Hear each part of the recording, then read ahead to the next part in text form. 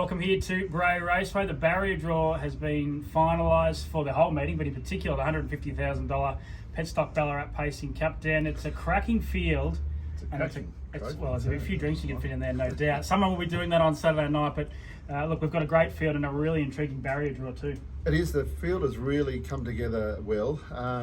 I think it's probably the best field we've had assembled for the last 12 months. I do think it's got more depth than the Inter-Dominion and even the Victoria Cup. So that augurs well for the Hunter Cup in a couple of weeks' time. But for Ballarat, traditionally, I think they've had some of the greatest races in harness racing over the years in this very race, the Ballarat Cup. So I'm very excited to see the balance of that barrier draw. And I think what really adds to our key races, something that we haven't seen too much of over the last 12 months or even maybe the last few years, is the representation from New Zealand. And we've got two horses to do that, including the winner of the last two New Zealand Cups. Copy that. We didn't see him at his best here last preparation, but he's gone back, he's won a New Zealand Cup. Do we treat him like a New Zealand copy that and an Australian copy that?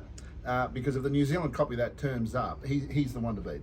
Yeah, well, we spoke to Andrew Drake just before, the travelling foreman, and there was a real air of confidence that he is that New Zealand copy that. I think they said he's up and about. He's staying locally at Anton Galino's property just out the road here. Look, it's a great race. Major Meister's the in-form horse here at the moment. He's off the back row, but he comes here after some stunning wins. The Bendigo Pacing Cup win when he was knocked down by Rock and Roll Do, to get back down when everyone was sprinting and win that race. It's as good a win as I've seen in my recent memory. He's got to be a big player for mine. Yeah, no doubt about that. He's sort of the spirit of St. Louis of 12 months ago in a way, coming through those country cups and emerging as he's doing it as well. But then again, Cranbourne, who really is a Kiwi as well. I talked about Old Town Road being the second of the Kiwis, but we've seen Cranbourne have that one run. And even though he's got a Victorian name, he's emerged as a real player in whatever he's going to run in, because he's got a bit of gate speed. He does. And he's pretty tough. And he's also very good coming from behind as well. So he's far from being a one-trick pony. I think he'll lead the race. Had a quick chat to Jason Bonington, the form guru. He thinks the same. So Cranbourne has drawn barrier 3 outside Rock and Roll Do. He'll come out of essentially barrier 1. So they'll all move in one when interest free comes out as the emergency.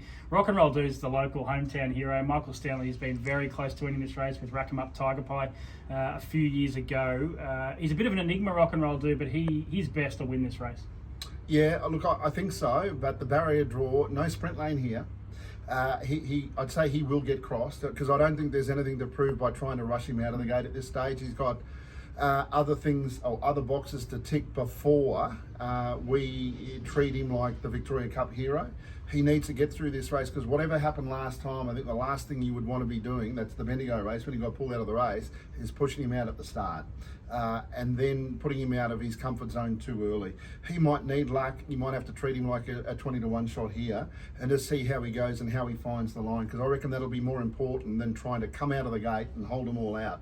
He's got a new driver as well this time, and maybe that's a good thing as well. Anthony Butt will take the reins with Michael on the sidelines.